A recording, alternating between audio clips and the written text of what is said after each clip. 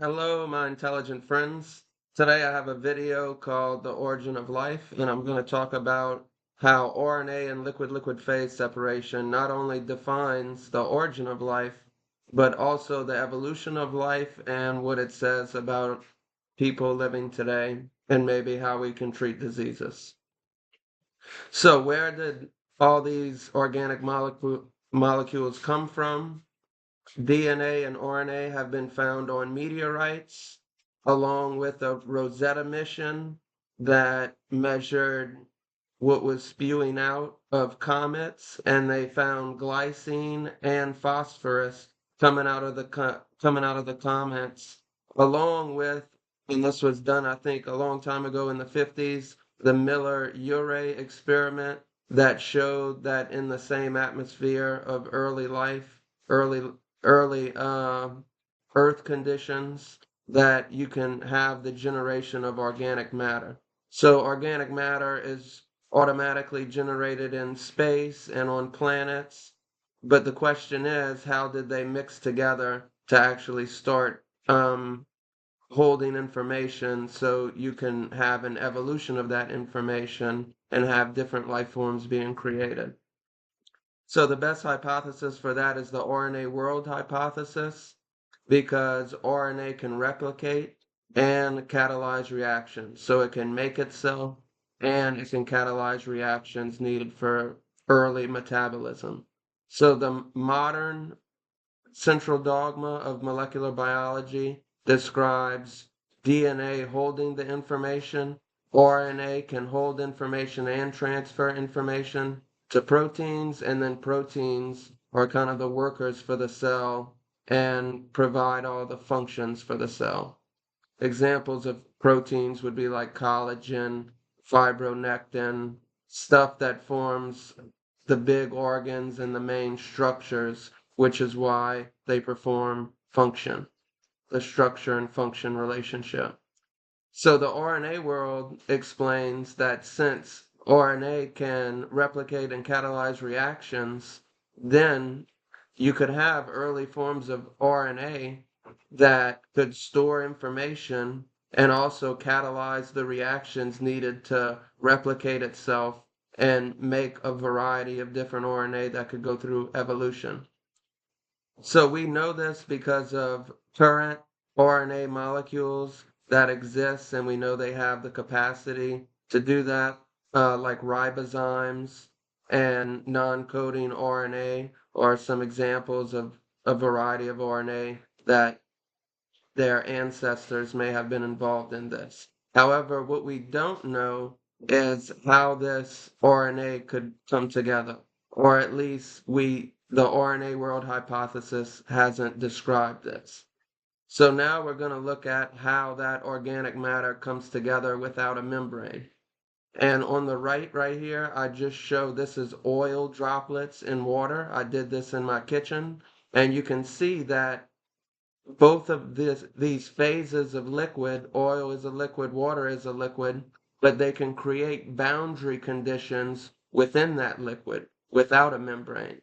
So this could be how life came together without a membrane, before a membrane was incorporated in the cell. So this may be what the first protocells were made out of.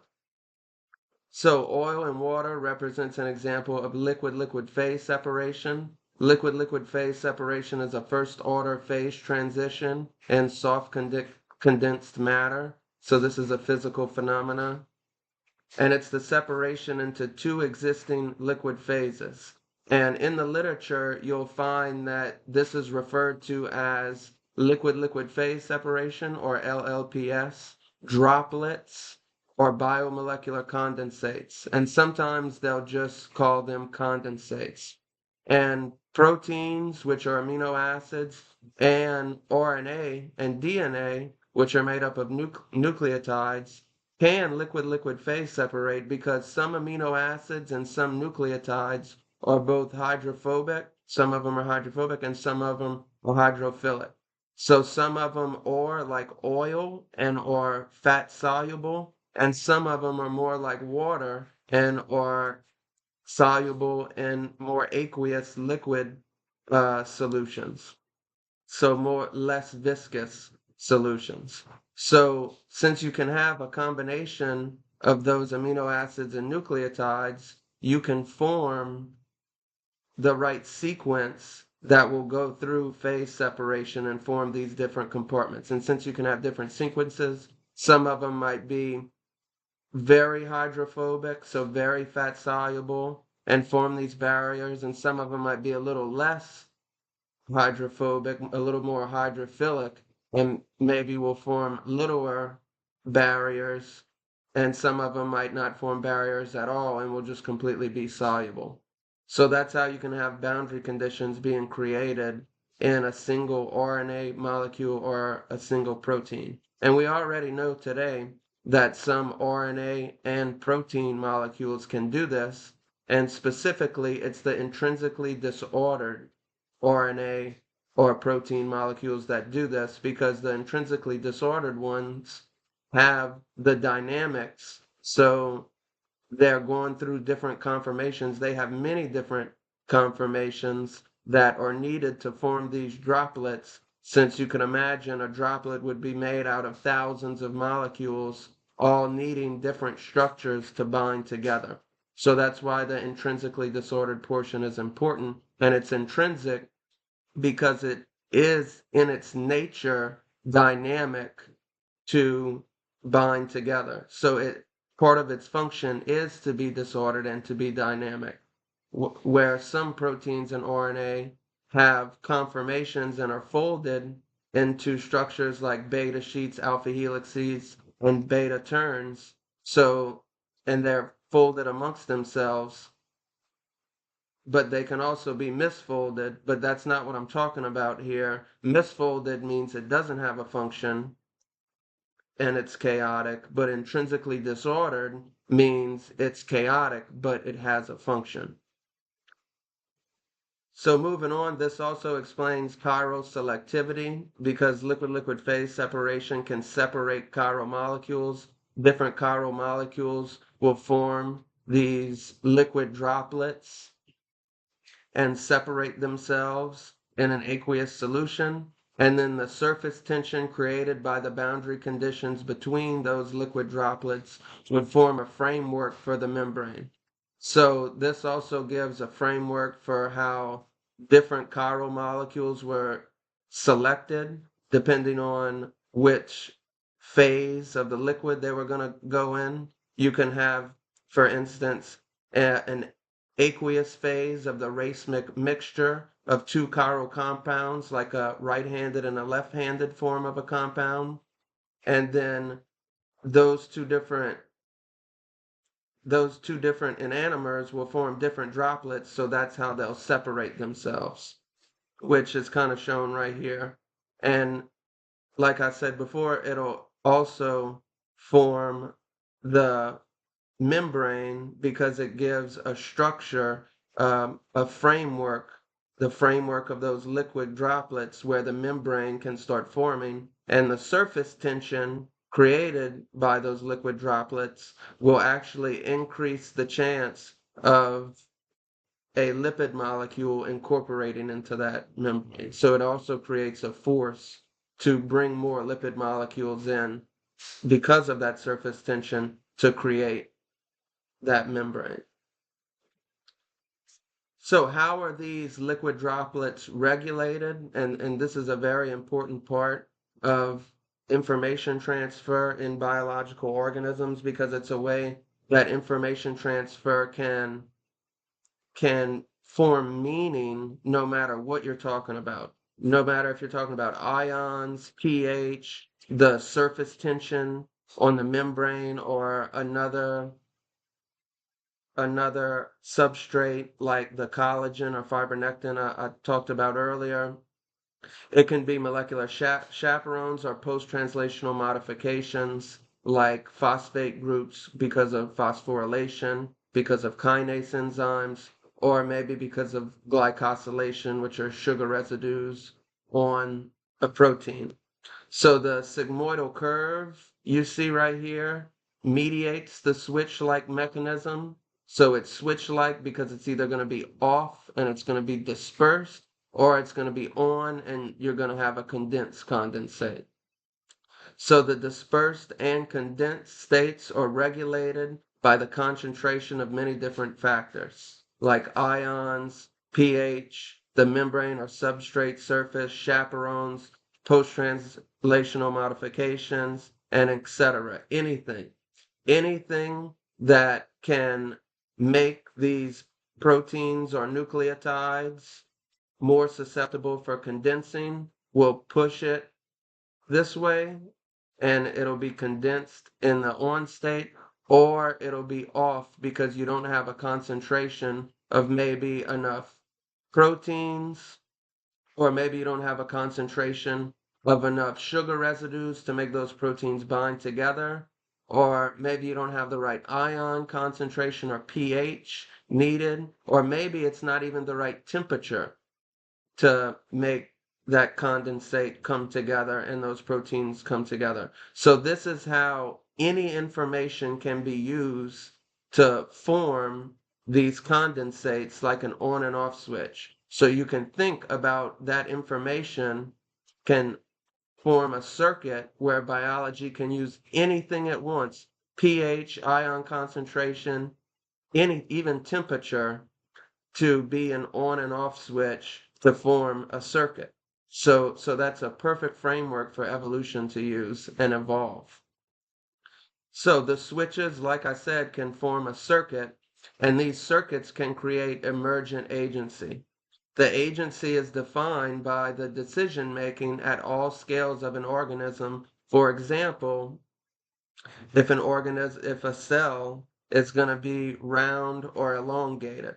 So inside a single cell, you can have a network of these phase separated condensates that are acting like on and off switch. And then depending on how all of those are working together, it's going to decide if that cell is going to be round or elongated. But then that network has expanded to how a whole tissue is working together, and then it's expanded more for all the organs and all the organs in the organ system, and the system comes together to make an organism. And that's why you have different scales of agency at cells, tissues, organs, and systems in an organism. You have all those different scales, which are that agency is determined by all of these small decisions being made between these biomolecular condensates.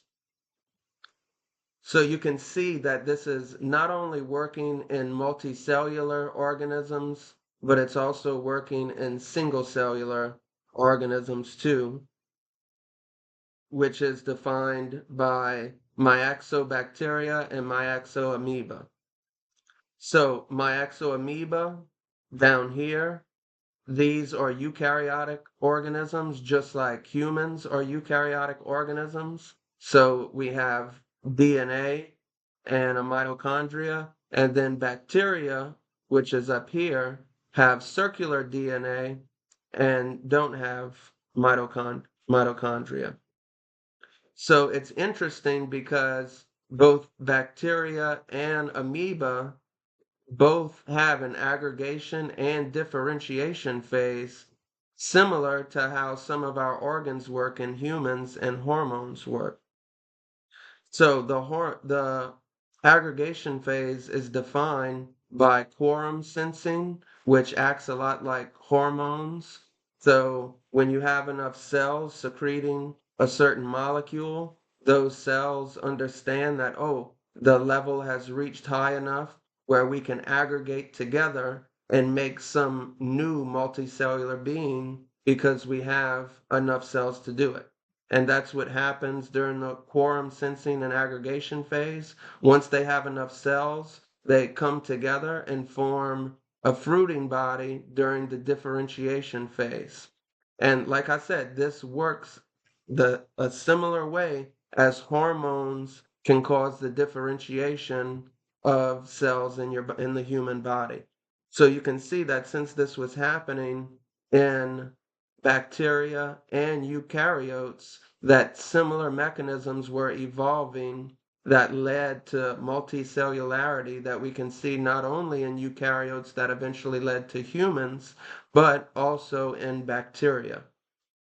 So you had parallel mechanisms evolving in different molecular storage mechanisms. And all of this is working. The reason you have a dynamic system that can aggregate and form and differentiate and form these different structures, even though it's the same cells, is because you have these domains that are liquid-liquid phase separated that gives the system dynamics enough, just enough chaos, so that it can mold and form new morphology, which is a new structure. So the take home from this is we currently have a framework for the dynamics of biology, but it isn't being utilized. The liquid-liquid phase separation framework, mainly people are looking at it inside the cell, which is great, but it's happening everywhere. And we need to accept that and use it to come up with treatments for diseases. This is a framework that connects physics, chemistry, and biology, the physics of liquid-liquid phase separation, the chemistry of chirality, and the intrinsically disordered proteins, and then the biology of how that allows the biological systems to have agency and morphological changes. So a lot of people I hear whenever I was getting my PhD, people would say, "Oh, that's interesting, but it isn't what I do." And I think that's kind of a cop out because in the future, there's going to be branches of science that combine all the different aspects of science now. For instance, like the field of quantum biology is emerging that tries to incorporate physics, chemistry, and biology. And there's only one way that that field is really going to get fleshed out, and it's if people start accepting a continuous educational experience and don't limit themselves and put them in a box of, oh, I'm just a chemist, I'm just a physicist, I'm just a biologist. You have to just know what you need to solve the problem. So I think in the future, people will wonder why this framework wasn't looked at more because a lot of the suffering for diseases that we don't understand is caused by this. For instance, I think this has a lot to do with psychology because throughout your brain, you have these liquid-liquid phase condensates that are connected in a framework that it's having information processing that are mediated by your neurons, but it can't be totally explained just by the signaling in your neurons because, for instance, the ion transfers that are happening between your neurons are going to affect these proteins outside the cell to either liquid-liquid phase separate or not. And then that is how your neurons actually change their structure and you form new things in your brain so you can learn. So, for instance, one treatment in the future that might happen that might try to modulate the phase separated condensates in your brain. Let's say you have depression or something and you have these reoccurring patterns of condensates that are happening maybe and that are causing some negativity in your life like depression or anxiety. Maybe when we understand this more, we can just slightly change those condensates, give you a treatment and change those condensates in a way where maybe more positive thoughts or positive patterns in these condensates will be encouraged and promoted so that whenever you have those reoccurring thoughts that will actually change the molecular composition of them so that you'll actually have a positive outlook.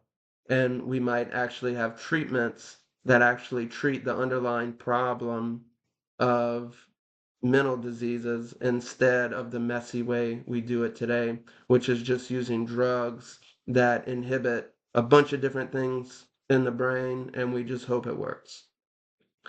So, thank you, intelligent people, for listening to this today. I'm Jesse James Grazier, your fellow friend and pharmacologist, and hopefully I can make more like this in the future. Have a good one.